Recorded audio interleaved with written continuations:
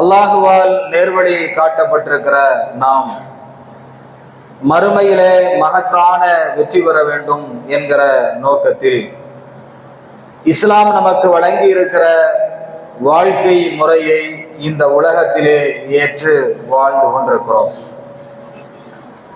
அவ்வாறு இந்த இஸ்லாமிய மார்க்கத்தை ஏற்று வாழ்ந்து கொண்டிருக்கிற நமக்கு அல்லாஹ் திருமறை குர்ஆனிலேயும் நபி அவர்கள் தன்னுடைய போதனையின் மூலமாகவும் மறுமையிலே வெற்றி பெறக்கூடிய ஒவ்வொரு காரியங்களையும் ஒவ்வொரு வழிமுறைகளையும் நமக்கு வகுத்து தந்திருக்கிறார்கள். அந்த மறுமையினுடைய வெற்றியின் காரியங்களில் நம்முடைய உடலாலும் நம்முடைய பொருளாதாரத்தாலும் இந்த மார்க்கத்தை நாம் மேலோங்க செய்வதற்கு பாடுபட வேண்டும். அப்படி பாடுபடுவது என்பது ஒவ்வொரு முஸ்லிமுக்கும் கடமையாக்கப்பட்டிருக்கிறது என்பதை உணர்ந்தவர்களாகத்தான் நாமெல்லாம் இந்த உலக வாழ்க்கையை கழித்துக் கொண்டிருக்கிறோம். குறிப்பாக பொருளாதாரத்தை அல்லாஹ்வுடைய பாதையிலே செலவழிப்பது என்பது இஸ்லாத்திலே மிக உயர்ந்த ஒரு காரியமாக, மறுமையிலே அதிகமான நன்மைகளை பெற்றுத்தருகிற ஒரு காரியமாக நமக்கு வலியுறுத்தப்பட்டிருக்கிறது. ஏனென்று சொன்னால், இன்றைக்கு நாம் செய்யக்கூடிய நன்மையான பல காரியங்கள் பொருளாதாரத்தை மையமாக வைத்து செயல்படுத்தப்பட்டு கொண்டிருப்பதை நாம் ஒவ்வொருவரும் அறிந்திருக்கிறோம். அந்த நன்மையான காரியங்களுக்கு நம்முடைய பொருளாதாரம் அதிகமாக செலவழிக்கப்பட வேண்டும். அப்படி செலவழிக்கப்படுகிற ஒவ்வொரு பொருளாதாரமும் அது மறுமையிலே பல மடங்கு உங்களுக்கு திரும்ப வழங்கப்படும் என்கிற ஒரு உத்தரவாதத்தையும் அல்லாஹ் நமக்கு வழங்கி இருக்கிறான். எனவே இந்த உலகத்திலே இஸ்லாமிய மார்க்கத்தை ஏற்று வாழுகிற நாம் எப்படி நம்முடைய உடலால் இந்த மார்க்கத்திற்கு நாம் தியாகம் செய்கிறோமோ, அதுபோன்று நம்முடைய பொருளாதாரத்தாலும் நாம் தியாகம் செய்யக்கூடியவர்களாக இருக்க வேண்டும். நன்மையான காரியங்களுக்காக நம்முடைய பொருளாதாரத்தை நாம செலவழிக்க வேண்டும். ஏனென்று சொன்னால், நாம் எதை நோக்கி பயணித்துக் கொண்டிருக்கிறோமோ அந்த பயணம் என்பது மிக உன்னதமான ஒரு பயணம். எதை நாம் அடைய இருக்கிறோமோ அந்த சுவனம் என்பது மிக உன்னதமானது. சாபிகு இலா மக்ஃபிரத்தின் மிர் ரப்பிக்கும் வ ஜன்னா, உங்களுடைய இறைவனிடத்திலே இருக்கிற பாவ மன்னிப்பிற்கும் சுவனத்திற்கும் நீங்கள் விரையுங்கள் என்று அல்லாஹ் திருமறை குர்ஆனில் நமக்கு மறுமையிலே நீங்கள் அடையக்கூடிய இந்த காரியத்திற்கு போட்டி போட வேண்டும், விரைந்து செயல்பட வேண்டும் என்று அல்லாஹ் நமக்கு சொல்லித் தருகிறார். அப்ப நாம் அந்த மறுமையினுடைய வெற்றியை அடைவதில், பாவ மன்னிப்பை பெறுவதில், சுவனத்தை அடைவதில் இந்த தர்மம் என்பது, நன்மையான காரியங்களுக்கு நம்முடைய பொருளாதாரத்தை செலவழிப்பது என்பது அது மிக உயர்ந்த நன்மைகளை பெற்றுத்தரக்கூடியதாக இருக்கிறது. எந்த ஒரு வணக்க வழிபாடுகளை நாம் செய்தாலும் அந்த வணக்க வழிபாடுகளுடைய இரட்டிப்பு என்பது, பன்மடங்கு என்பது ஒரு குறிப்பிட்ட ஒரு அளவை எட்டக்கூடியதாக இருக்கும். ஆனால் தர்மம் மட்டும்தான் அந்த எல்லைகளையும் கடந்து நமக்கு மிகப்பெரிய நன்மையினுடைய குவியல்களாக மாறக்கூடியது. பொருளாதாரத்தை இறைப்பாதையிலே செலவழிப்பது என்பது அதனுடைய முக்கியத்துவம் என்பதை என்ன என்பதை நாம திருமறை குர்ஆனிலே ஒரு வசனத்தின் மூலம் நாம் அறிந்து கொள்ளலாம். என்ன வசனம்? அல்லாஹ் திருமறை குர்ஆன்ல சொல்றான், ஹா அன்தும் ஹாவுலாயி துதஅவுன லிதுன்ஃபிகு ஃபீ ஸபீலில்லாஹ், அல்லாஹ்வுடைய பாதையிலே நீங்கள் செலவழியுங்கள், அல்லாஹ்வுடைய பாதையிலே உங்களுடைய பொருளாதாரத்தை வாரி வழங்குங்கள், நன்மையான காரியத்திற்கு செலவு செய்யுங்கள் என்று உங்களிடத்திலே சொல்லப்படுகிறது. அப்படி சொல்லப்படும் பொழுது உங்களிலே சிலர் கஞ்சத்தனம் செய்கிறார்கள். அப்படி யார் கஞ்சத்தனம் செய்கிறார்களோ அவர்கள் தனக்கு எதிராகத்தான் கஞ்சத்தனம் செய்கிறார்கள். ஏன் அப்படி அல்லாஹ் சொல்றான்? இன்னல்லாஹ கனியும், அல்லாஹ் எந்த விதமான தேவையும் அற்றவன். அல்லாஹ்வுடைய பாதையில கொடுங்க, அல்லாஹ்வுடைய பாதையில உங்களுடைய பொருளாதாரத்தை வழங்குங்கள் என்று உங்களிடத்துல சொல்லப்படும் பொழுது ஏதோ நாம அல்லாஹ்வுக்கா தூக்கி கொடுக்க போறோம், அல்லாஹுவா அதிலே தேவையை நிறைவேற்றிக் கொள்கிறான், அல்லாஹுவிற்கா அந்த செல்வத்திலே நாட்டம் இருக்கிறது இல்ல. ஏனென்றால் அல்லாஹ் எந்த விதமான தேவைகளுமே அற்றவன். அன்துமுல் ஃபுகரா, நீங்கள் தான் தேவையுடையவர்கள். அதனால யார் கஞ்சத்தனம் செய்கிறார்களோ அவர்கள் தனக்கு எதிராகத்தான் செய்கிறார்கள் என்று அல்லாஹ் சொல்லிவிட்டு அடுத்தது ஒரு முடிவை அல்லாஹ் எடுக்கிறான்.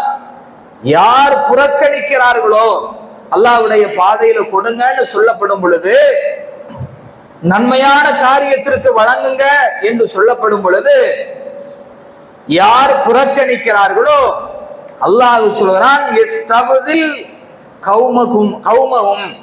அல்லாஹ் இன்னொரு கூட்டத்தை கொண்டு வருவான். சும்மலா யகூனு அம்சாலுக்கும், அவர்கள் உங்களை போன்று இல்லாத இன்னொரு சமுதாயத்தை அல்லாஹ் மாற்றுவான் என்று அல்லாஹ் திருமறை குர்ஆன்ல சொல்றான். அல்லாஹ் ஒரு சமுதாயத்தை மாற்றுவதற்கு எப்ப தீர்மானிக்கிறான்?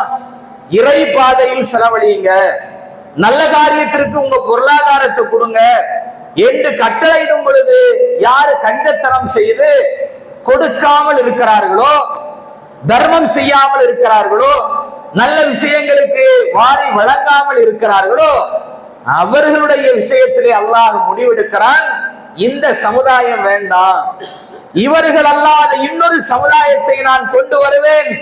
அப்போ அந்த சமுதாயம் உங்களை போன்று இருக்க மாட்டார்கள், அவங்க இறை பாதையிலே செலவு செய்வார்கள், நன்மையான காரியங்களுக்கு வழங்குவார்கள் என்று அல்லாஹ் திருமறை குர்ஆனிலே சொல்கிறார். அப்ப இறை பாதையில் செலவழியுங்கள் என்கிற அந்த கட்டளை என்பது நாம இந்த உலகத்திலே வாழுகிற காலமெல்லாம் நம்மிடத்திலே வந்து கொண்டேதான் இருக்கும். ஒவ்வொரு காரியத்தையும் மையப்படுத்தி நம்மிடத்துல சொல்லப்படும்.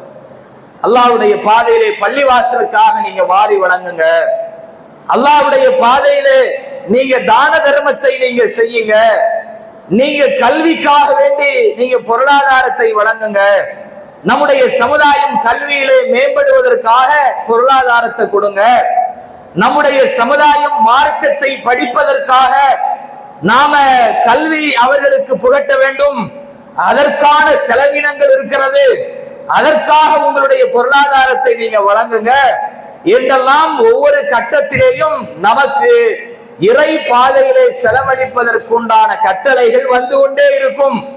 அப்படி வருகிற நேரத்தில் எல்லாம் நாம என்ன செஞ்சிடக்கூடாது? நம்முடைய பொருளாதாரத்தை நாம் அப்படியே தக்க வைத்து கொண்டு விட்டு விடக்கூடாது. நாம கொடுத்து விட்டால் பொருளாதாரம் தீர்ந்து போய்விடுமே, நாம இதற்கு செலவழித்து விட்டால் நம்முடைய செலவு முடியாமல் போயிருமே, நமக்கு இன்னும் தேவை இருக்கிறது என்று கஞ்சத்தனம் செய்துவிடக் கூடாது. கொடுங்கள் என்று சொல்லப்படும் பொழுது நம்மால் இயன்ற அளவுக்கு நம்முடைய தர்மங்களை நாம செய்துவிட வேண்டும். பொருளாதாரத்தை நாம் என்ன செய்யக்கூடாது? தக்க வைத்துக் கொண்டு நாம் இந்த உலகத்திலே இறை பாதையில் செலவழிக்காமல் இருந்து விடக்கூடாது. அபூதர் என்கிற ஒரு நபித்தோழர் ஒரு செய்தியை குறிப்பிடுகிறார்கள். ஒரு தடவை நபிகள் நாயகம் ஸல்லல்லாஹு அலைஹி வஸல்லம் அவர்கள் காபாவுடைய அந்த நிழலிலே அமர்ந்து கொண்டு ரசூலுல்லாஹ் சொல்றாங்க, சிலர் நஷ்டமடைந்து விட்டார்கள். ரப்பில் காபா, இந்த காபாவின் மீது சத்தியமாக சிலர் என்ன செய்து விட்டார்கள் என்றால் நஷ்டவாளிகளாக மாறிவிட்டார்கள். திரும்பவும் சொல்றாங்க, சிலர் நஷ்டமடைந்து விட்டார்கள். ரப்பில் காபா, இந்த காபாவுடைய இறைவன் மீது ஆணையாக சிலர் நஷ்டமடைந்து விட்டார்கள் என்று ரசூலுல்லாஹ் சொல்லி கொண்டிருக்கிறாங்க. இப்ப இந்த அபூதர் அவர்கள் மனதில் நினைக்கிறார்கள், நம்மை பற்றி ஏதாவது செய்தி சொல்லப்பட்டு விட்டதா, நாம ஏதாவது செய்து விட்டோமா, நம்முடைய விஷயத்துலதான் ரசூலுல்லாஹ் இப்படி சொல்றாங்களா அப்படின்னு தெரியலையே என்று பதறி அடித்துக் கொண்டு ரசூலுல்லாஹ்வுடைய பக்கத்துல போய் அவர் இருக்கிறார். அப்ப ரசூலுல்லாஹ் சொன்னாங்க, என்னால என்னுடைய உள்ளத்தை கட்டுப்படுத்தி கொண்டு சும்மா இருக்க முடியல. ஏதோ அல்லாஹ் நாடிய ஒன்று என்னுடைய உள்ளத்தை கட்டுப்படுத்தி கொள்வதை விட்டும் எனக்கு தடுக்கிறது, என்னால முடியல. அதனாலதான் நான் இப்படி சொல்லிக் கொண்டிருக்கிறேன் என்று ரசூலுல்லாஹ் சொன்னாங்க. அப்புறம் அந்த அபூதர் அவர்கள் கேட்டார்கள் ரசூலுல்லாஹ்விடத்துல, மன் யா ரசூலுல்லாஹ், அது யார் நஷ்டமடைந்து விட்டார்கள், அந்த நஷ்டவாளிகள் யார்? நீங்க உங்களுடைய உள்ளத்தை கட்டுப்படுத்த முடியாத அளவிற்கு நீங்க ரொம்ப கவலை கொண்டு அவருடைய நஷ்டத்தை பற்றி சொல்றீங்களே, இவர்கள் யார் என்று கேட்கும் பொழுது ரசூலுல்லாஹி ஸல்லல்லாஹு அலைஹி வஸல்லம் அவர்கள் பதில் சொன்னார்கள், அல் அக்ஸரூன அம்வாலன், செல்வம் யாருக்கு அதிகமாக வழங்கப்பட்டிருக்கிறதோ அவர்கள் தான், இல்லாமன், சிலரை தவிர. அது யாரு இந்தந்த பாதைகளில் எல்லாம் தன்னுடைய பொருளாதாரத்தை செலவழிக்கிறார்களோ அப்படிப்பட்ட சிலரை தவிர பொருளாதாரம் வழங்கப்பட்ட அதிகமான பேர் அந்த லிஸ்ட்ல தான் இருக்கிறாங்க, நஷ்டமடையக்கூடிய லிஸ்டில் தான் இருக்கிறார்கள். இறைவனுடைய நாசம் அவர்களுக்கு ஏற்படுகிற அந்த நிலையில் தான் இருக்கிறார்கள். அவங்க யாரு? பொருளாதாரத்தை இறை பாதையிலே செலவழிக்க மாட்டார்கள். அல்லாஹ்வுடைய பாதையிலே கொடுங்கள் என்று சொல்லப்படும் பொழுது கொடுக்க மாட்டாங்க. இவர்கள் தான் நஷ்டவாளிகள் என்று ரசூலுல்லாஹி ஸல்லல்லாஹு அலைஹி வஸல்லம் அவர்கள் இந்த அபூதர் ரலியல்லாஹு அன்ஹு இடத்திலே குறிப்பிடுகிறார்கள். அப்ப நாம சிந்தித்து பார்க்க வேண்டும், இன்றைக்கு நம்முடைய பொருளாதாரம் இறை பாதையிலே இந்தந்த பாதைகளில் எல்லாம் செலவழிக்கப்படுகிறதா? பள்ளிவாசலுக்கு என்று கொஞ்சம், மார்க்கத்தை படிப்பதற்காக என்று கொஞ்சம், தாவா பணிகளுக்காக என்கிற வகையிலே கொஞ்சம், இப்படி நம்மால் நம்முடைய சக்திக்கு உட்பட்டு இறைவன் நமக்கு வழங்கி இருக்கிற பொருளாதாரத்தை நாம் பல வழிகளிலேயும் செலவிட்டுக் கொண்டிருக்கிறோமா? சிந்திக்க வேண்டும். ஆனா இன்னைக்கு நம்முடைய சொந்த தேவைக்காக செலவழிக்கிறோமா இல்லையா? 10 பேர் கூடுகிறோம், வாங்க போய் ஒரு டீயை குடிச்சிட்டு வருவோம். இங்கிருந்து பல கிலோமீட்டர் தூரம் போகக்கூடிய நடைமுறைகள் எல்லாம் இன்றைக்கு முஸ்லிம் சமுதாயத்திலே இருக்கிறார். சும்மா இருப்பாங்க, வாங்க போவோம் அந்த கடைக்கு போய் ஒரு டீயை குடிச்சிட்டு வருவோம், அதுக்கு ஒரு 500 ரூபாய் செலவாயிரும். வாங்க அந்த கடையில புரோட்டாவும் சால்னாவும் சிக்கனும் நல்லா இருக்குது, போய் சாப்பிட்டுட்டு வருவோம், ஒரு 10 பேர் சேர்ந்து போவார்கள். வாங்க அந்த இடத்துல நிறைய தண்ணி அருவிமாறு கொட்டுது, போய் அந்த இடத்துக்கு போய் குளிச்சுட்டு வருவோம், அதுக்கு ஒரு செலவு.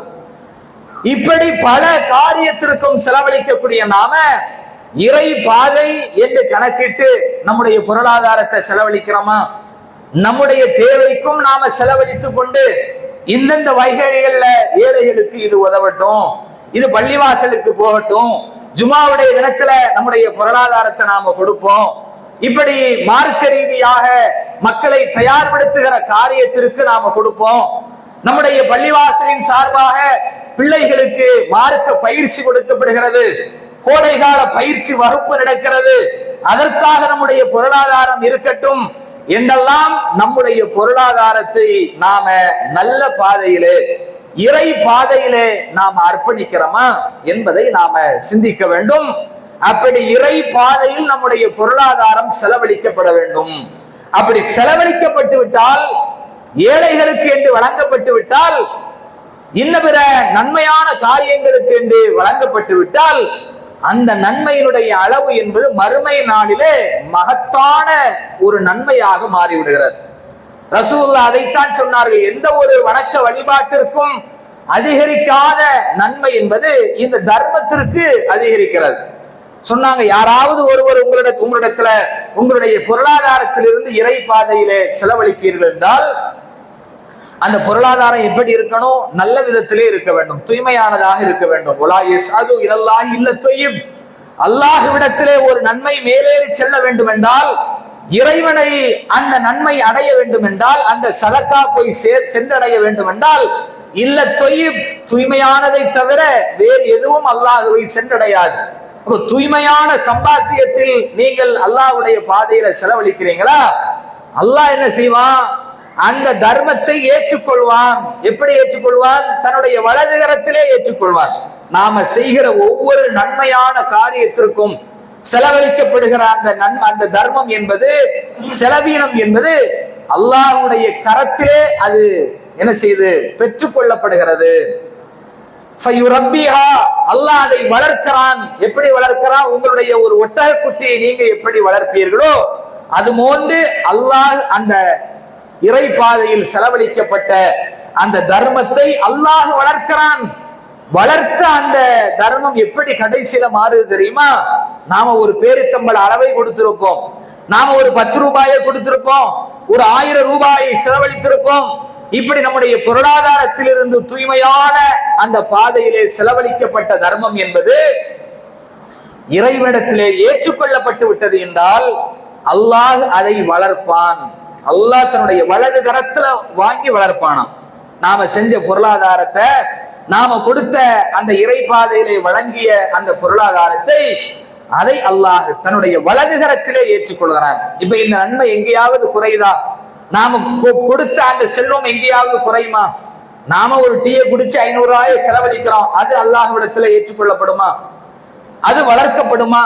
இன்ன பிற காரியத்திற்காக, ஆடம்பரத்திற்காக, அனாச்சாரமாக இப்படியெல்லாம் செலவழிக்கப்படுகிற செலவீனம் என்பது அல்லாஹ்விடத்துல ஏற்றுக்கொள்ளப்படுகிறதா? அது அவனுடைய கைகளிலே போய் சென்றடைகிறதா? அது சென்றடையாது.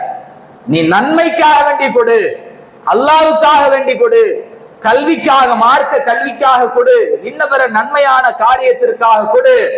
எதையெல்லாம் தர்மமாக இந்த மார்க்கம் வலியுறுத்தி இருக்கிறதோ அந்தந்த பாதைகளில் எல்லாம் நாம வழங்கினால் அது இறைவனுடைய வலது கரத்தை சென்றடைகிறது, அது வளர்க்கப்படுகிறது.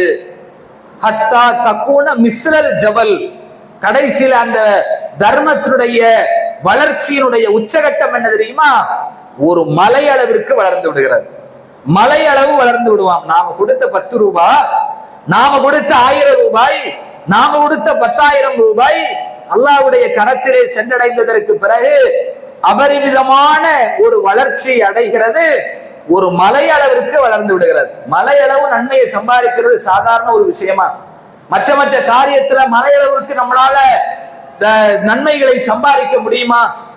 நாம தொழுவதின் மூலமாக, வணக்க வழிபாடுகளை செய்வதன் மூலமாக இப்படியெல்லாம் நன்மைகளை சம்பாதிக்கிற விதத்துல நாம் மலையளவு நன்மையை அடையக்கூடிய அந்த எல்லையை நமக்கு மார்க்கம் சொல்லித்தரவில்லை.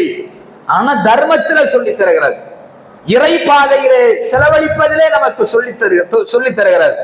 அது மலையளவிற்கு மாறிவிடுவதாக நபிகள் நாயகம் சொல்லுகிறார்கள் என்றால் நாம எதை நோக்கி பயணித்துக் கொண்டிருக்கிறோம்? மறுமையினுடைய வெற்றியை நோக்கி தானே பயணித்துக் கொண்டிருக்கிறோம். அப்ப அந்த பயணத்தில் நமக்கு தேவையானது எது? இந்த உலகத்துல காசு பணத்தை சேகரித்து வைக்கிறது மறுமையில நமக்கு பலனை தருமா?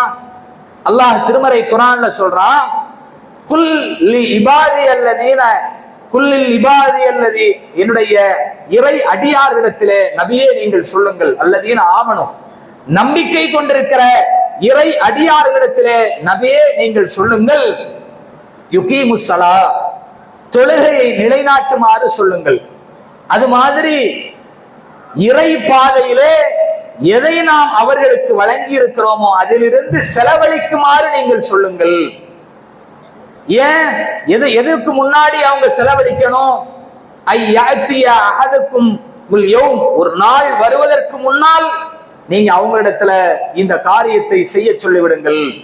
தொழுகை என்பது நம்மிடத்தில் நிலைநிறுத்தப்பட வேண்டும். நமக்கு அல்லாஹ் வழங்கி இருக்கிற பொருளாதாரத்திலிருந்து நாம செலவழித்துக் கொண்டே இருக்க வேண்டும். அந்த நாள் வருவதற்கு முன்னால் செலவழித்துக் கொண்டே இருக்க வேண்டும். அதனால் எப்படிப்பட்டது?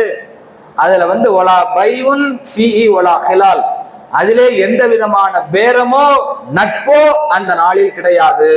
இப்படிப்பட்ட நாள் வருவதற்கு முன்னால் என்னுடைய அடியாரிடத்துல நீங்க சொல்லுங்க, அவங்க தொழுகையை நிலைநாட்டட்டும், நான் அவர்களுக்கு வழங்கியதிலிருந்து இறை பாதையிலே நல்ல காரியத்திற்காக அவர்கள் செலவழிக்கட்டும் என்று அல்லாஹ் திருமறை குர்ஆனிலே நமக்கு சொல்லித் தருகிறார்.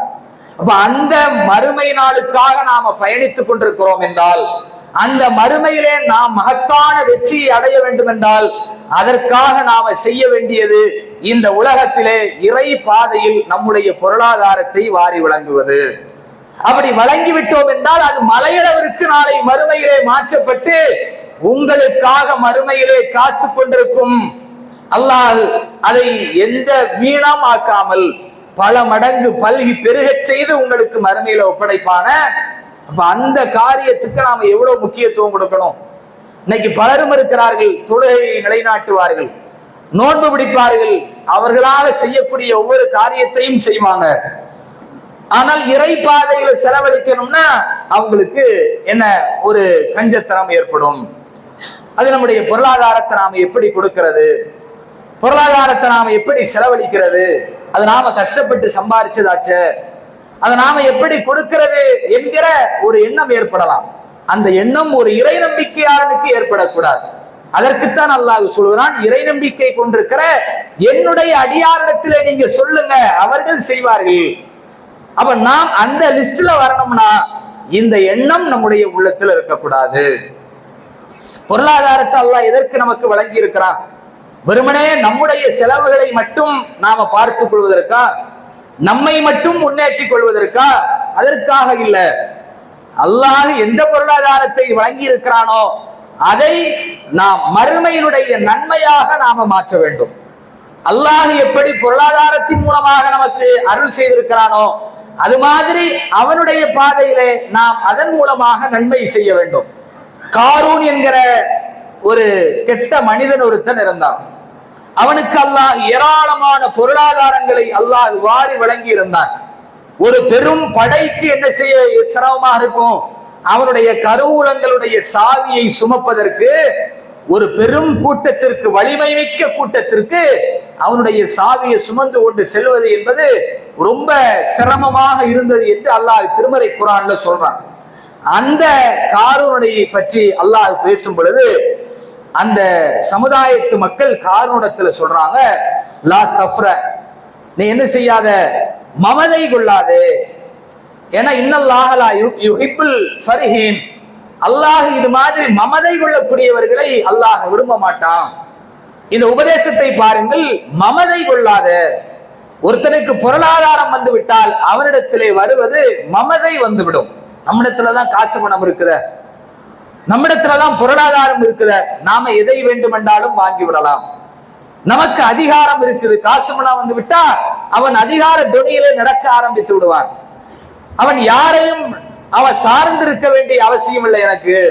எனக்கு பொருளாதாரம் இருக்குது, நான் எதை வேண்டுமென்றாலும் இந்த பொருளாதாரத்தின் மூலமாக நான் வாங்கி விடுவேன் அப்படிங்கிற மமதை வந்துவிடும்.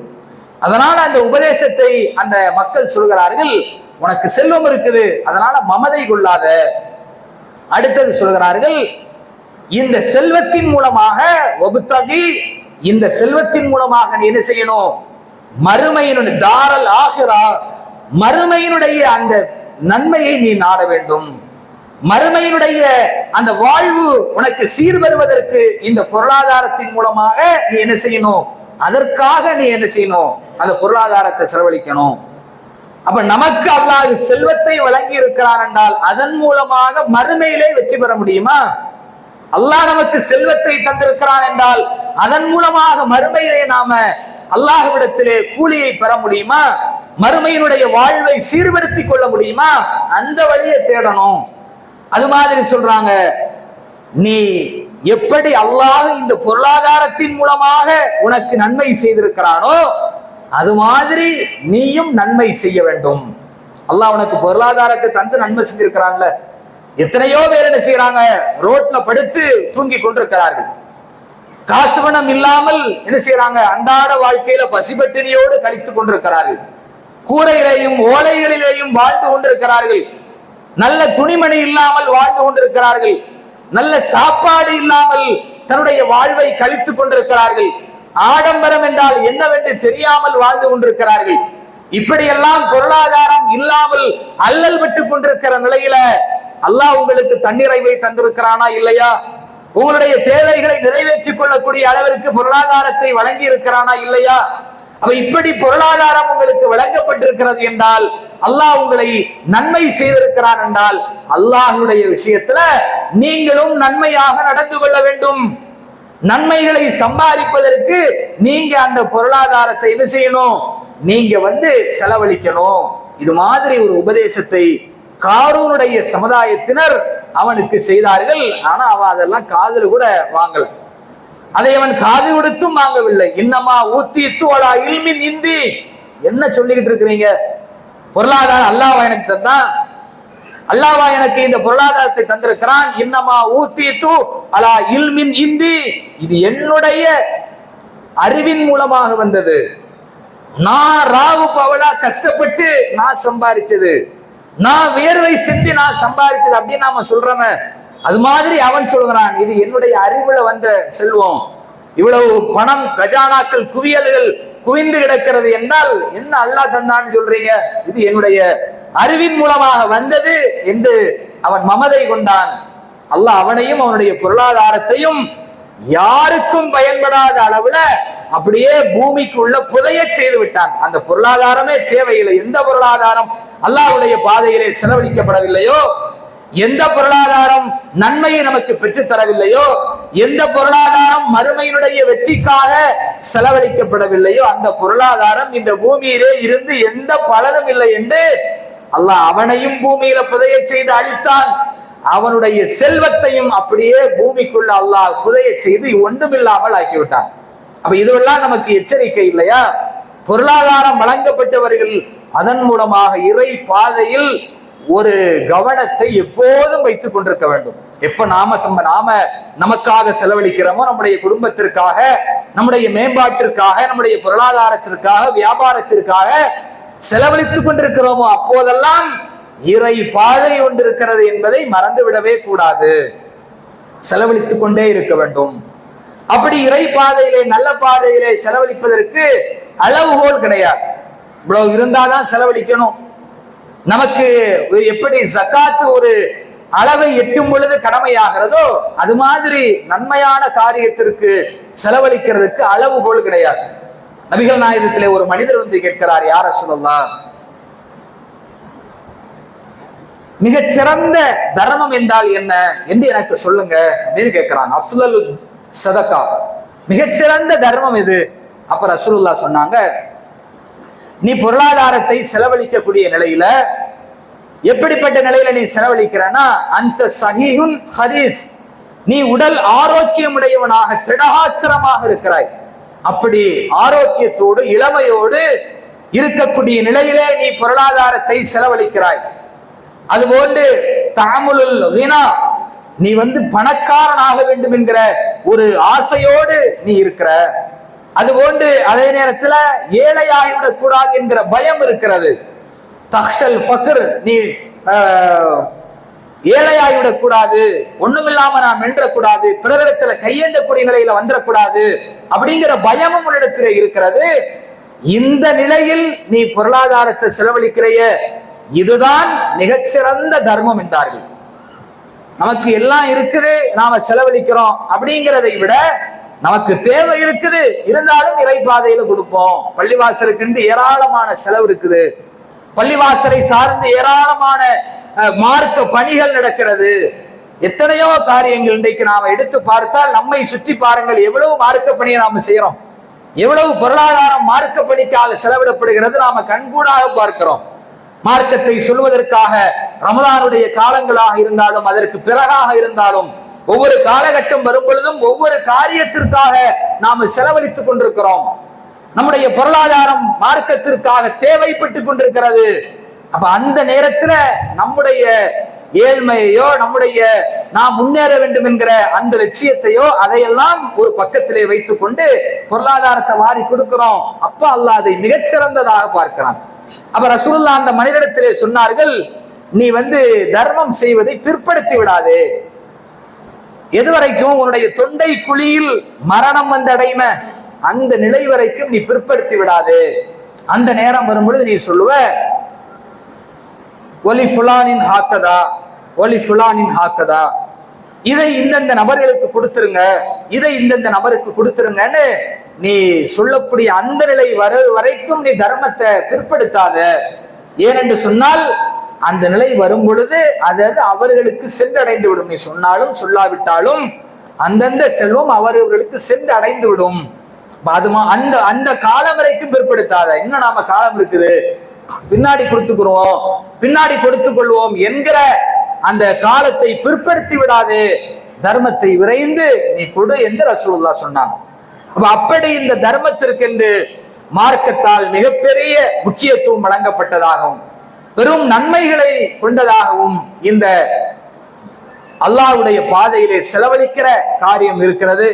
எனவே அவற்றை நம்முடைய மனதிலே ஆழமாக நிறுத்தி கொண்டு நாளை மறுமையினுடைய வெற்றி என்பது அதிலே மிக முக்கியமான பங்கு இந்த தர்மத்திற்கிறது என்பதை உணர்ந்து நம்முடைய பொருளாதாரத்தை எப்படி ரமலானில் நாம செலவழித்தோமோ, செலவழிப்பதற்கு ரமலான் தான் என்கிற ஒரு குறிப்பிட்ட ஒரு காலத்தோடு சுருக்கி விடாமல் எல்லா நேரத்திலேயும் நமக்கு முன்னால் நடக்கிற இறை பாதையிலே செலவழிக்கப்படுகிற செலவினங்களுக்கு உங்களுடைய பொருளாதாரத்தை தாராளமாக வாரி வழங்க வேண்டும் என்று சொல்லிக்கொண்டு இந்த உரையை முடித்துக் கொள்கிறேன். அஸ்ஸலாமு அலைக்கும்.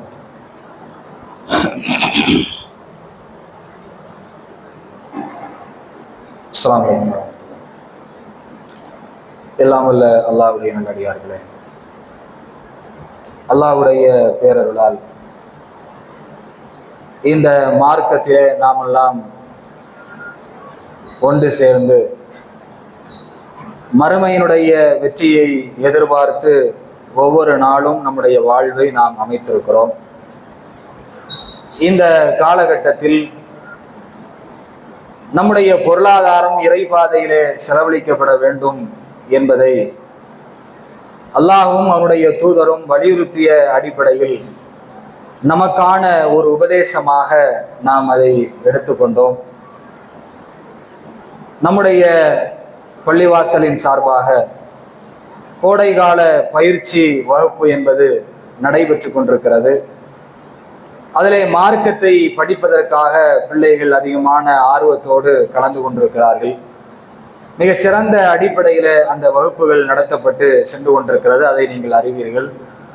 அதனுடைய இறுதி நிகழ்ச்சி என்பது வரக்கூடிய திங்கட்கிழமை 19ஆம் தேதி நடைபெற இருக்கிறது.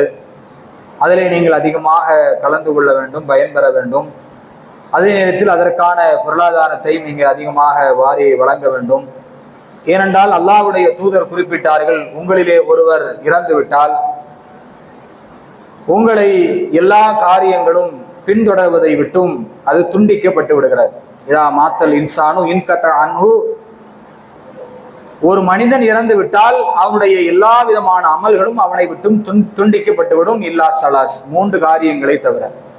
அதுல முதலாவது காரியம் என்ன? சதக்கத்துல் ஜாரியா, நிரந்தரமான ஒரு நன்மையை பெற்று தருகிற ஒரு தர்மம். இப்ப நாம மார்க்கத்தை படிப்பதற்காக, மார்க்க கல்வியை நம்முடைய சமுதாயத்திற்கு ஊட்டுவதற்காக நாம் வழங்குகிற பொருளாதாரம் என்பது அந்த நிலையிலே வரக்கூடியது.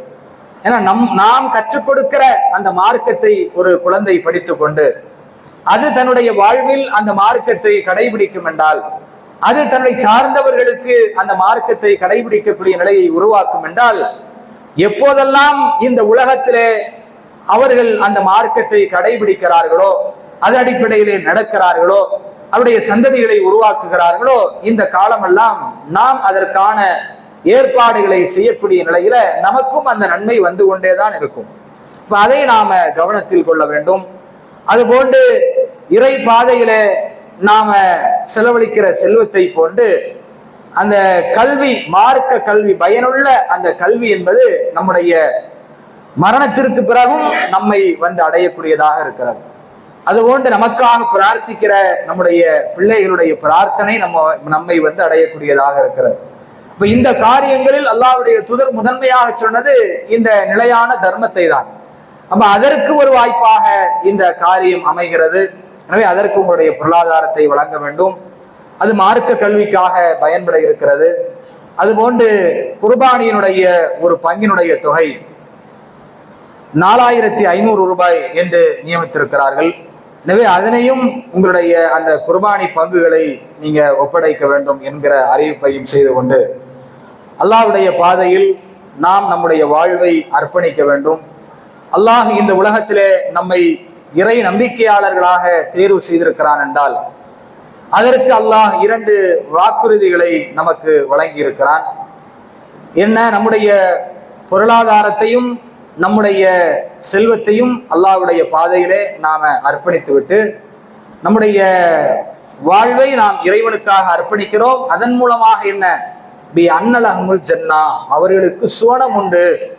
சுவனத்தை அல்லாஹ் நம்மிடத்துல வழங்கிவிட்டு என்ன செய்யறான், இந்த சுவனம் உங்களுக்கு இருக்குது, நீங்க உலகத்துல அல்லாஹ்வுக்காக வேண்டி உங்களுடைய உடலையும் பொருளையும் நீங்க அர்ப்பணிங்க, மறுமையில அல்லாஹ் உங்களுக்கு சுவனத்தை வழங்குவான் என்கிற வாக்குறுதியின் அடிப்படையில் தான் நாம் இந்த உலகத்திலே இந்த மார்க்கத்தை ஏற்று வாழ்ந்து கொண்டிருக்கிறோம்.